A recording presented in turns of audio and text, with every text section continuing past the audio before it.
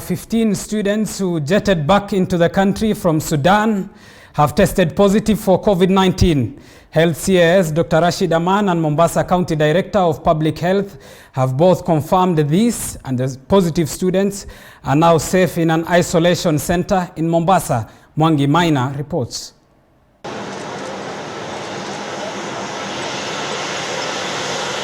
The students were stranded in Sudan and were evacuated on Saturday. They arrived in the country and headed to Mombasa, where they were tested for COVID-19 despite them having COVID-19 free certificates. 15 of them tested positive and were put on isolation at the Technical University of Mombasa.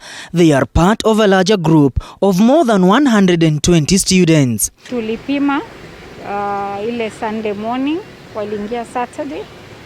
Na ni kweli kuna wengine walitoka positive, and as a public health department we had to make sure we isolate the positive ones from those who are negative. So we have moved these cases to the isolation center.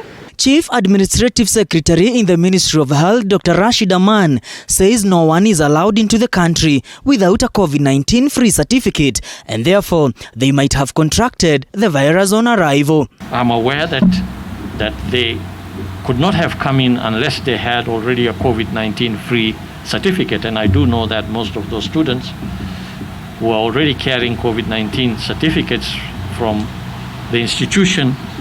Actually, it was from the Uganda Virus Laboratories in Uganda at that time. Director General for Medical Services, Dr. Patrick Amoth, say the identity of the students has not been revealed for confidentiality. Of course, there is what we call patient confidentiality. These are cases that we have reported from Mombasa, but we didn't disclose that these people actually came from Sudan, but they are captured in our line list. The rest of the students are quarantined at a facility in Mombasa since they were in contact with the ones who have tested positive. The country's virus load continues to rise exponentially every day, with the students who have tested positive from a neighboring county in Mombasa being a testament that today you might be tested and you turn negative, but tomorrow you might turn positive, thereby telling you to continue taking precautions against the spread of COVID-19. Mwangi Maina, TV 47, Nairobi.